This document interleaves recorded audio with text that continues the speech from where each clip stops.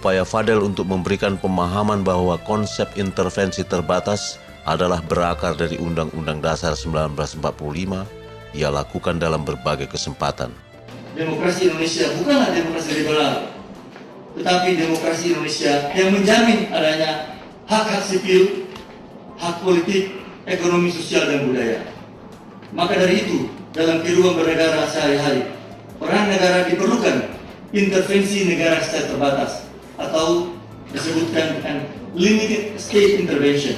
Perlu ada, terutama dalam menjamin kesetaraan akses atas sumber-sumber kehidupan material, spiritual bagi semua warga negara. Sayangnya, Bapak sekalian saya hormati, sejak Indonesia merdeka, sejak tahun 65, kita belum pernah secara konsisten berjalan di atas landasan yang telah kita buat dan disepakati. Dalam menjelaskan konsep intervensi terbatas dalam konteks demokrasi ekonomi yang dilandasi Pancasila dan Undang-Undang Dasar 45 adalah berbeda dengan demokrasi liberal, Fadel selalu melakukan berbagai diskusi publik dengan tokoh-tokoh masyarakat, para cendekia, dan generasi muda di Gorontalo. Di dunia ini ada dua sistem besar sebenarnya. Satu yang kita sebut dengan liberalisme yang melahirkan kapitalisme, dan otoritarianisme yang melahirkan sosialisme ortodoks. Di dalam pandangan filsafat yang kita sebut dengan kapitalisme liberalisme ini, tiap manusia diberikan kebebasan seluas-luasnya. Karena manusia dianggap akan mampu mengatasi problem-problem ekonomi dan sosialnya, biarkan dia bebas sebebas-bebasnya. Intervensi negara harus dikurangi sekecil mungkin. Inilah paham liberalisme ortodoks, kapitalisme. Di sisi yang lain ada yang disebut dengan otoritarianisme, otoriter.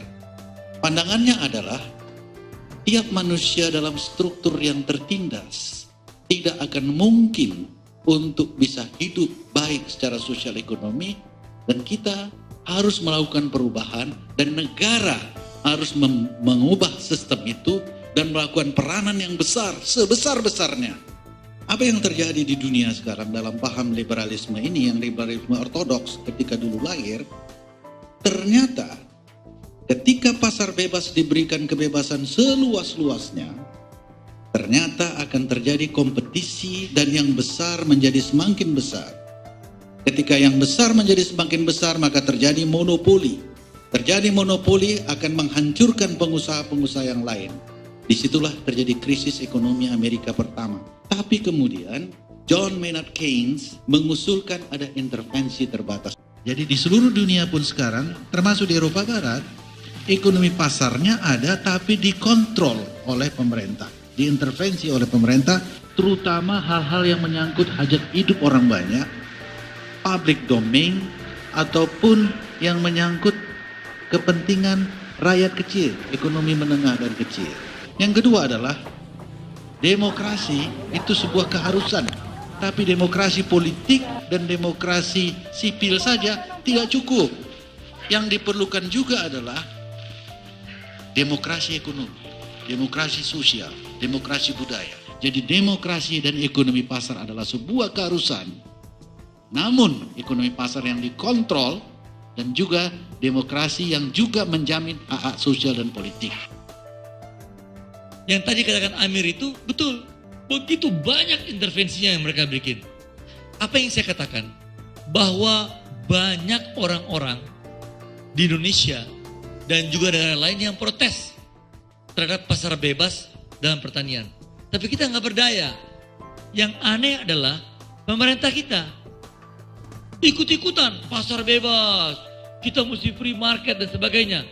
Padahal kita dihancurin oleh mereka dari belakang. Ketika kita mau mengekspor sapi, ada larangan untuk mengekspor sapi. Di Indonesia tidak bisa. Tidak bisa kita jual dalam negeri. Kita jual ke Jawa, biayanya lebih mahal. Harganya murah. Kita jual ke luar negeri, biayanya karena lebih dekat, dan harganya lebih mahal dari harga pasaran di dalam negeri. Dulu pertama kali Bung Hinca, di Gorontalo ini kita mau bikin produksi jagung, kita mau ekspor jagung itu dilarang. Alasan mereka, karena jagung masih kita import, maka kita dilarang ekspor, dibatasi kita. Saya tidak mati akal.